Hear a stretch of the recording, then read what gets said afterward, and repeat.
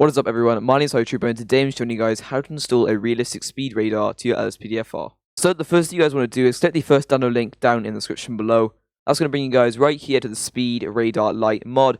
So if you guys are familiar with a mod tutorial I did a while ago, which is how to install the speed radar, that is pretty much what this is based off. So right here, speed radar is a light version inspired by realistic speed radar, the video we did a while ago by Rush Link.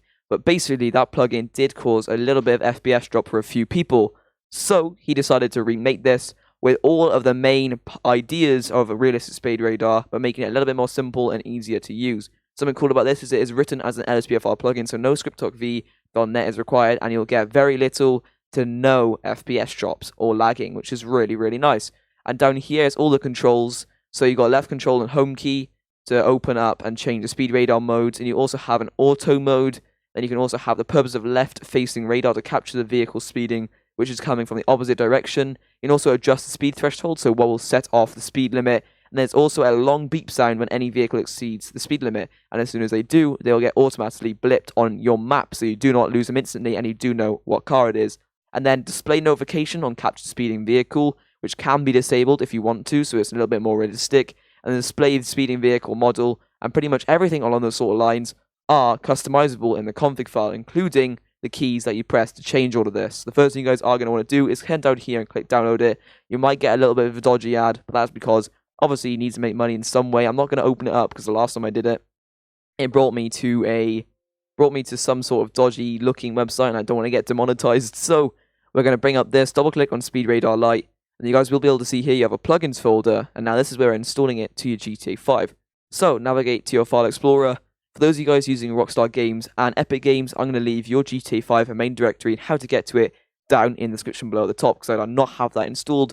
But for those of you guys who are on Steam, I'm going to show you guys how to get to that right now.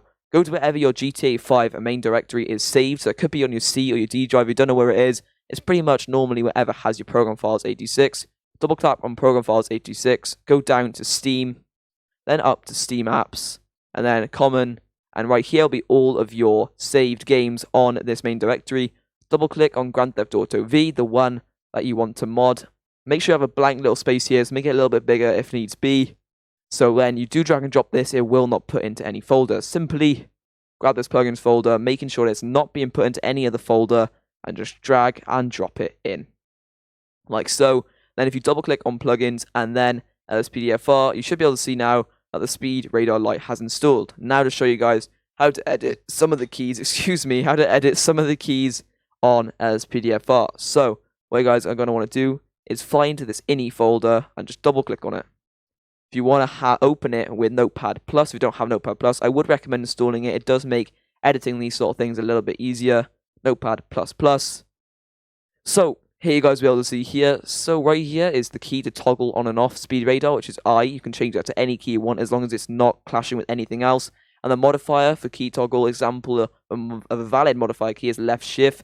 You do not have to have this. You do not want a modifier. A modifier is basically a key that adds on to another key, so you do not run out of keys. So say if you're on a controller and you needed, because you only have a limited amount of buttons, and you needed to bring up a menu and you've already used all the buttons, it'd be like holding RB and A, so the modifier would be RB. So, and then you guys will see here, you can also change the way you increase the speed, and you can also decrease it, you can change all of that, and then also the modifier key for that. And then you can also change the key to switch the speed radar, and then also the modifier as well. And right here, whether to blip the vehicle's overspeed, you may disable it for more realism, yes or no.